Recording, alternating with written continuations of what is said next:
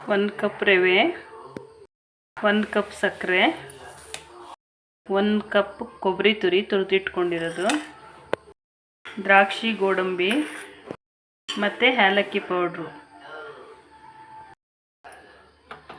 ಮತ್ತು ನಾವು stove on ಮಾಡಿಕೊಂಡು ಬಾಣಲಿ ಇಟ್ಕೊಳ್ಳೋಣ. ಈ ಬಾಣಲಿಗೆ ನಾವು ರವೆ ಹಾಕ್ಕೊಂಡು ಹುರ್ಕೊಳ್ಳೋಣ. ನಾನು ರವೆ ಹಾಕ್ಕೊತಾ ಇದ್ದೀನಿ.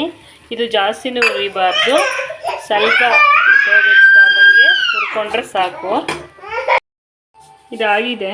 ಇದೊಂದು ಪ್ಲೇಟಿಗೆ ಬಗ್ಸ್ಕೊಳ್ಳೋಣ. ಜಾಸ್ತಿ ಹುರ್ಕೋಬಾರ್ದು, ಇದು ಮೀಡಿಯಮ್ ಇದರಲ್ಲಿ ಹುರ್ಕೋಬೇಕಿದು. ನಾನು ದ್ರಾಕ್ಷಿ ಗೋಡಂಬಿ ಹಾಕ್ಕೊತಾ ಇದ್ದೀನಿ. ಸ್ವಲ್ಪ ತುಪ್ಪ ಹಾಕ್ಕೊಂಡು ಹುರ್ಕೊಳ್ಳೋಣ. ಇದು ಆಗಿದೆ. ಸಕ್ಕರೆ ಪುಡಿ ಮಾಡ್ಕೊಳ್ಳೋಣ.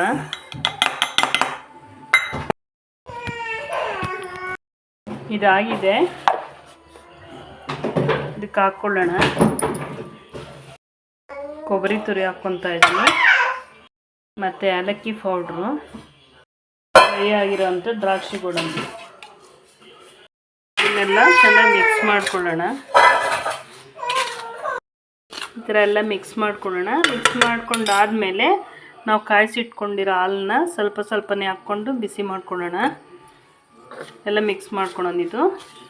ಈ ಥರ ಎಲ್ಲ ಮಿಕ್ಸ್ ಆಗಬೇಕು. ಚೆನ್ನಾಗಿ ಮಿಕ್ಸ್ ಆದರೆ ಬಿಜ್ಜು ಒಂದು 1/2 ಅವರ್ ಮುಚ್ಚಿಬಿಡೋಣ.